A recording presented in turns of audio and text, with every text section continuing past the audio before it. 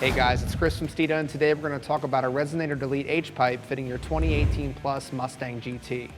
This Resonator Delete H-Pipe will allow for factory connection up front with your factory clamps, and it has band clamps included in the rear, so you can cut your factory resonator off, which by the way, you'll save 6.5 pounds in comparison to your factory resonator, and then replace it with the band clamps in this Resonator Delete right here.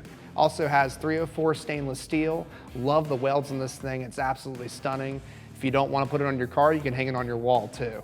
The best part about it being an H-Pipe is that you get that deep muscle car tone that all of us Mustang enthusiasts like. And the fact that it comes with band clamps allows you to put your factory resonator back on if you ever plan to take this off or sell it or what have you. So without further ado, let's dive into some sound clips with this H-Pipe installed on a 2018 GT with active exhaust.